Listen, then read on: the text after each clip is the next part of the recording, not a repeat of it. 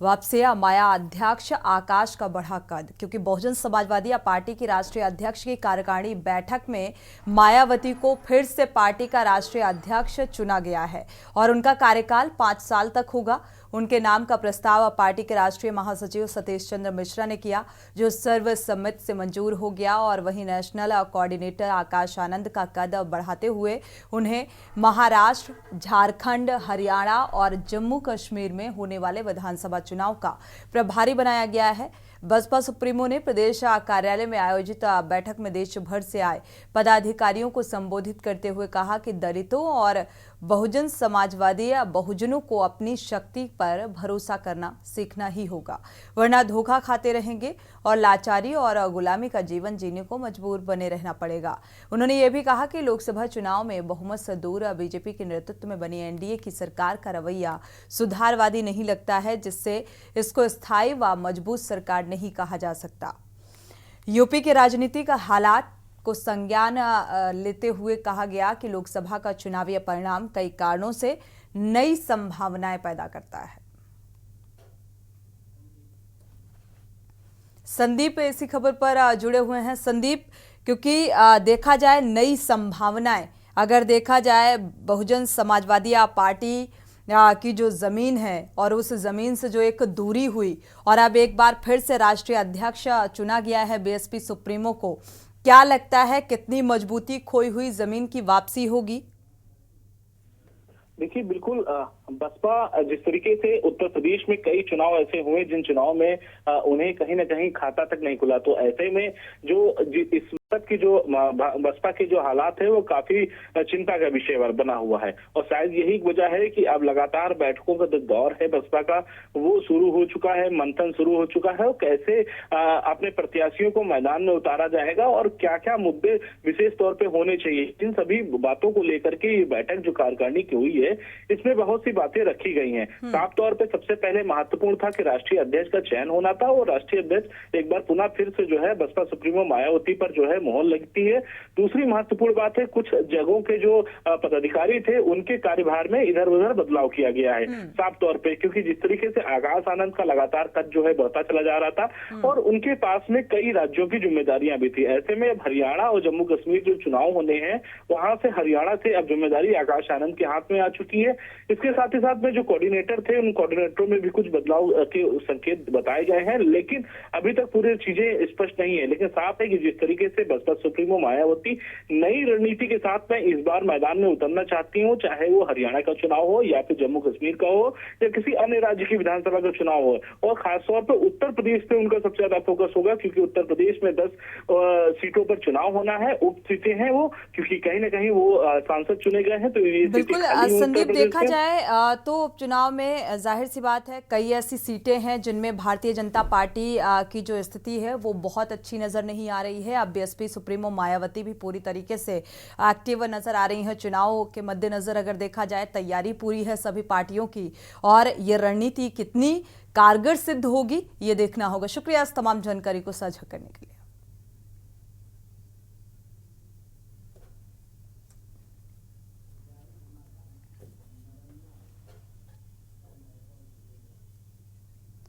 बढ़ते आगे और बात करते हैं जारी घमासान न बनना अभियान। कोलकाता के आरजी कर मेडिकल कॉलेज में ट्रेनी डॉक्टर के साथ दरिंदगी से दुष्कर्म और फिर उसकी निर्मम हत्या के तरीके से जिस तरीके से उसकी हत्या करने के मामले में छात्र संगठन न बनना अभियान मार्च निकाला गया है। प्रदर्शन को लेकर कोलकाता में भारी संख्या में पुलिस बल तैनात किया गया। पुलिस ने हावड़ा ब्रिज से प्रदर्शनकारियों को हिरासत में लिया और नवन्ना अभियान मार्च के तहत ये यहाँ पर आंदोलन कर रहे थे और प्रदर्शन कर रहे थे। प्रदर्शनकारियों ने पुलिस बैरिकेड्स को खींचकर हटा दिया और नबन्ना अभियान मार्च निकाला। पुलिस ने उन्हें तितर बितर करने की कोशिश की, लाठीचार्ज भी किया गया, यानी कि इस प्रदर्शन को रोकने की भरपूर कोशिश की गई और आंसू गैस के गोले भी दागे गए। पुलिस ने हावड़ा ब्रिज से प्रदर्शनकारियों को तितर बितर करने के लिए वाटर कैनन का भी इस्तेमाल किया और मार्च निकालते हुए प्रदर्शनकारी हावड़ा के सतरंगाछी में पहुंचे पुलिसकर्मियों के साथ भिड़ गए। भिड़ंत भी हुई और बैरिकेड तोड़ दिया गया। पुलिस ने आंसू गैस के गोले छोड़े ताकि इस प्रदर्शन को किसी तरीके से रोका जा सके।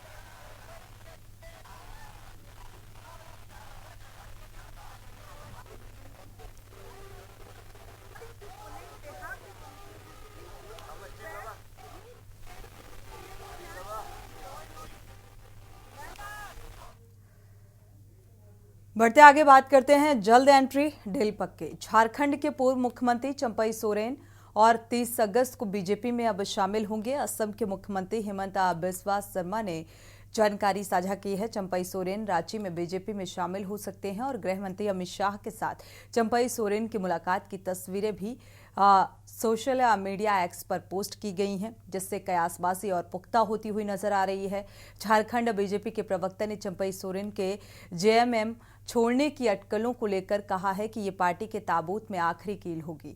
ये भी कहा कि डूबते हुए झारखंड मुक्ति मोर्चा के जहाज को जल्दी डुबाएगा। और झारखंड के पूर्व मुख्यमंत्री चंपई सोरेन ने बीजेपी में शामिल होने की वजह बताई है। उन्होंने कहा है कि पहले मैंने सोचा था कि मैं संन्यास ले लूंगा और फिर मैंने सोचा कि नया संगठन बनाऊंगा, लेकिन इसके लिए समय अभी कम है। बहुत मंथन करने के बाद मेरा प्रधानमंत्री और गृह मंत्री से पर विश्वास बढ़ा और बीजेपी में शामिल होने का हमने निर्णय लिया। बीजेपी में मेरे साथ मेरा बेटा भी शामिल होगा।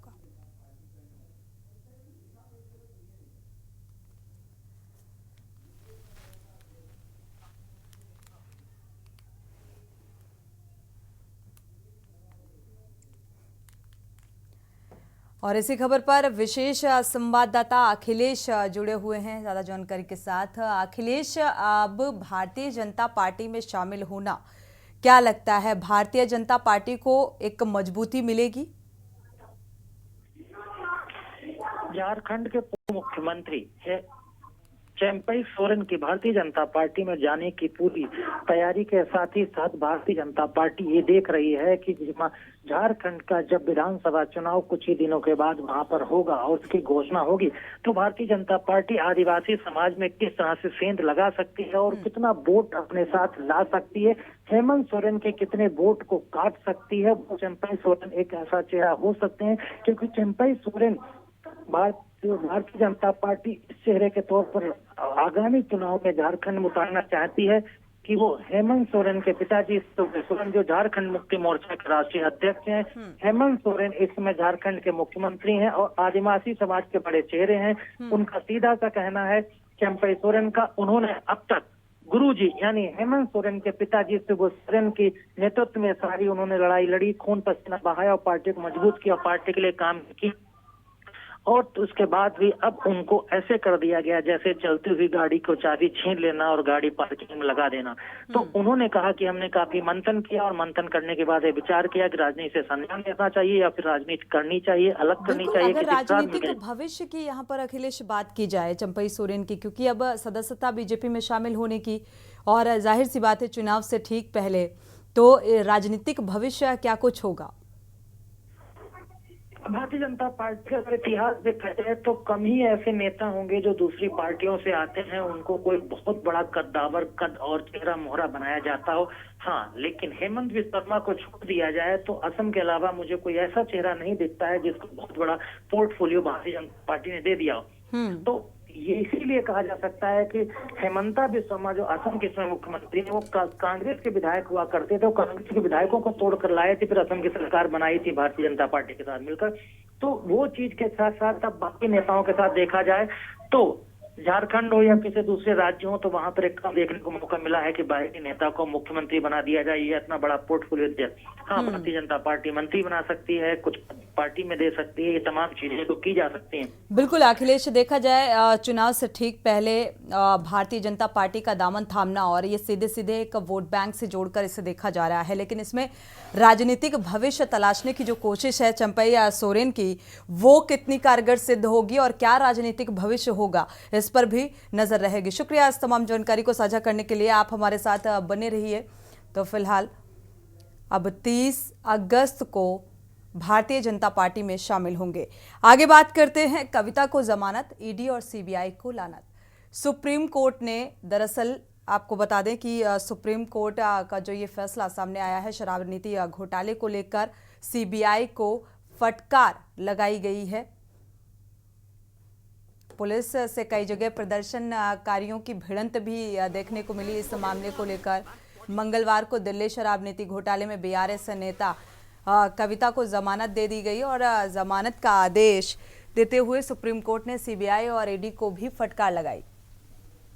जांच के तरीके पर भी सवाल उठाए गए। तेलंगाना के पूर्व सीएम के चंद्रशेखर की बेटी और बीआरएस से एमएलसी की कविता 15 मार्च से पुलिस हिरासत में थीं और सुप्रीम कोर्ट ने दिल्ली हाई कोर्ट के उस आदेश को खारिज कर दिया है जिसमें हाई कोर्ट ने के कविता की जमानत याचिका खारिज कर दी थी। सुप्रीम कोर्ट ने के कविता को दोनों मामलों में 10-10 लाख रुपए का जमानत बॉन्ड भरने और गवाहों से छेड़छाड़ न करने और गवाहों को प्रभावित न करने की शर्त पर जमानत दी है। न्यायमूर्ति बीआर गवई केवी विश्वनाथन की पीठ ने सुनवाई के दौरान सुप्रीम कोर्ट ने जांच एजेंसियों और ईडी और सीबीआई से भी पूछा कि उनके पास की कविता के कथित घोटाले में शामिल होने के क्या सबूत हैं और जो सबूत हैं वो अदालत को दिखाएं।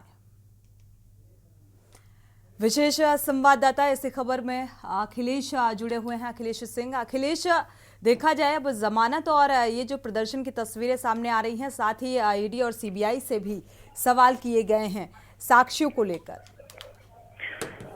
सुप्रीम कोर्ट ने आज दिल्ली के शराब नीति मामले में आज कविता को जमानत दी। इसे एक ईडी और सीबीआई को झटके के तौर पर देखा जा सकता है, क्योंकि सुप्रीम कोर्ट ने जब कहा कि करीब 493 गवाह हैं और 50,000 से ज्यादा के साक्ष्य हैं, इन सब चीजों को पूरा किया जा चुका है और गवाही चल रही है। उसके साथ ही साथ केस का ट्रायल चलेगा।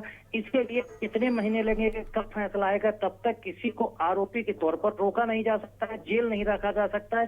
जेल उसका अधिकार है, अधिकार नहीं है, उसे बेल अधिकार है, इसलिए किसी को भी लंबे समय तक नहीं रोका जा सकता है। जो एक कविता के तरफ से वरिष्ठ वकील मुकुल रोहतगी पेश हुए थे, उन्होंने कहा कि मनीष सिसोदिया की तर्ज पर कविता को जमानत दी जाए, लेकिन ईडी की तरफ से और सीबीआई की तरफ से और सरकार की तरफ से जाए तो ऐसे एडिशनल सॉलिसिटर जनरल उन्होंने इसका विरोध किया। लेकिन 2 जस्टिस की बेंच, supreme court justice BR Gavai और जस्टिस केवी विश्वनाथन की बेंच ने एडिशनल सॉलिसिटर जनरल की उन दलीलों को खारिज करते हुए जमानत दे दी। कहा 10-10 लाख रुपए के दोनों मामलों में बॉन्ड जमा किए और आज ही उनकी रिहाई होगी। तो ये कहा जा सकता है कि आज शाम तक करीब 5 महीने जेल रहने के बाद ये कविता आज दिल्ली की तिहाड़ जेल से बाहर आ जाएगी, क्योंकि ये कविता के पति अनिल कुमार ने राव जगन्नू कोर्ट में जाके दोनों मामलों में 10-10 लाख रुपए का बेल बॉन्ड भर दिया है। इसलिए अब जेल से बाहर आने का रास्ता भी साफ हो गया है। शुक्रिया इस जानकारी को साझा करने के लिए। तो फिलहाल जमानत पर अब बाहर हैं के कविता और 5 महीने की जेल के बाद अब बाहर। और आगे बात करेंगे सिस्टम नाकाम खतरे में जाने। इस पूरी खबर से आपको रूबरू कराएंगे एक छोटे से ब्रेक के बाद। आप देख रहे हैं के न्यूज, खबरों का सारथी। ब्रेक से वापस आ रहे हैं। सिस्टम नाकाम खतरे में जान। खबर बलिया से है। जिला अस्पताल में स्थापित सिटी स्कैन मशीन करीब 2 महीने से खराब है और इसके चलते मरीजों को परेशानी तो हो ही रही है। निजी लैब में जांच कराने से उन पर आर्थिक मार भी पड़ रही है। जिला प्रशासन मशीन के जल्द ही ठीक करने का दावा कर रहा है, लेकिन अस्पताल में मरीजों की सहूलियत के लिए सिटी स्कैन मशीन लगवाई गई है और यहाँ प्रतिदिन अगर हर रोज की बात की जाए तो गंभीर बीमारियों से जूझ रहे लगभग 100 मरीजों को जांच की जाती है और सबसे ज़्यादा असर ट्रॉमा सेंटर में आने वाले गंभीर रोगियों पर पड़ रहा है। ट्रॉमा सेंटर में सिटी स्कैन मशीन जो है जांच बुनियादी सुविधाओं में से एक है और दरअसल ट्रॉमा सेंटर में ज़्यादातर मरीज जो हैं वो हेड इंजरी, फ्रैक्चर के आते हैं और इन मरीजों का इलाज शुरू करने से पहले ही सिटी स्कैन करना ज़रूरी होता है। हकीकत जानने के लिए के न्यूज़ की टीम जब जिला अस्पताल पहुंचकर मरीजों के बातचीत करती है तो पता चलता है कि करीब 2 महीने से मशीन बंद है। प्राइवेट सिटी स्कैन जांच कराने के लिए बाहर जाना पड़ता है, जिसकी एक मोटी रकम चुकता यानी कि अच्छे खासे रुपए खर्च करने पड़ते हैं मरीजों को और अस्पताल प्रबंधन जो है इस मामले में चुप्पी साधे हुए है। मेरा पिताजी का एक्सीडेंट हुआ है लक्ष्मणपुर। क्या हुआ है मतलब एक्सीडेंट में पैर को फ्रैक्चर आया है, माथे पर टाका लगा है, तो सीटी स्कैन डॉक्टर कहा है कराने के लिए। तो सीटी स्कैन जिला अस्पताल में हो रहा है? नहीं, मशीन खराब है, 2 महीने बाद शायद ठीक होगा कि कब होगा। लेकिन हमको ज़रूरी है सिटी स्कैन कराना और बाहर का चार्ज है 2500 से 3000। बलिया के सरकारी अस्पताल में एक्चुअली मेरी दादी हैं, उनका एक्सीडेंट हो गया था, तो हम लोग डॉक्टर ने बोला कि उनका सिटी स्कैन करवाना होगा, तो हम लोग सरकारी हॉस्पिटल में आए हैं सिटी स्कैन करवाने के लिए। तो इन लोगों ने कहा है कि 2 महीने से सिटी स्कैन हो नहीं रहा है क्योंकि मशीन ख़राब है। अब इनसे बोला जा रहा है कि आपने कंप्लेंट वगैरह की है, तो इन्होंने बोला कि हमने तो कंप्लेंट कब की कर रखी है, बट कोई सूद लेने वाला है नहीं और ना ही कुछ हो रहा है। तो बस इनसे यही बात करने आए थे कि फिर कब तक सही होगा कब तक नहीं।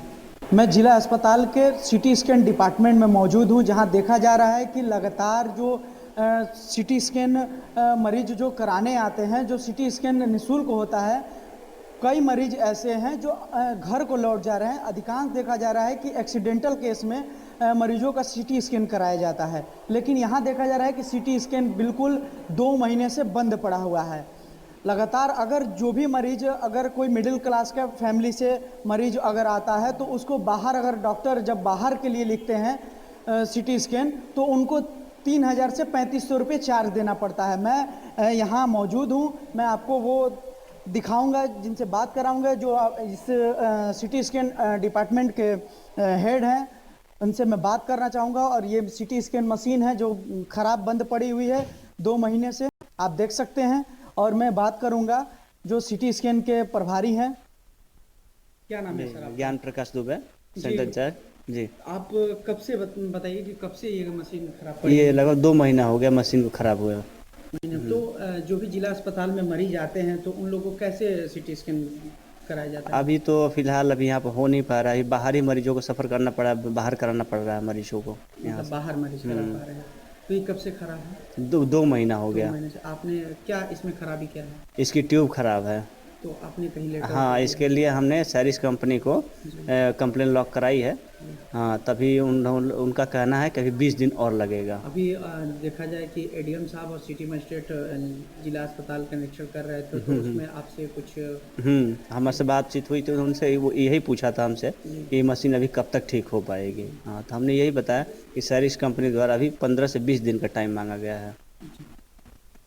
तो आप देख सकते हैं कि जो सिटी स्कैन मशीन है, लगातार मरीजों के लिए ये काफ़ी दिक्कतें हो रही हैं यहाँ ख़राब होने के कारण। जो भी मरीज आते हैं, जो जिला अस्पताल में इलाज कराने होते हैं, उनको बाहर से सिटी स्कैन कराना पड़ता है। बलिया से के न्यूज़ से कृष्णकांत पांडे। बढ़ते आगे और बात करते हैं बारिश मूसलाधार मचा हाहाकार।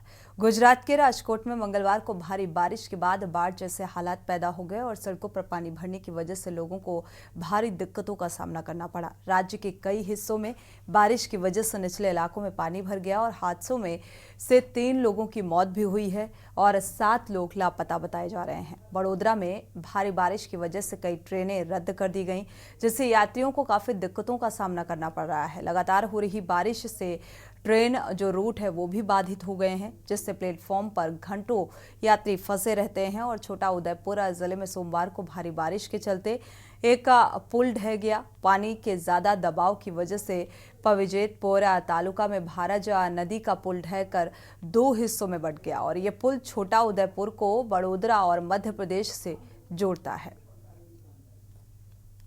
तो कनेक्टिविटी टूटने की वजह से लोगों को काफी दिक्कतों का सामना करना पड़ा।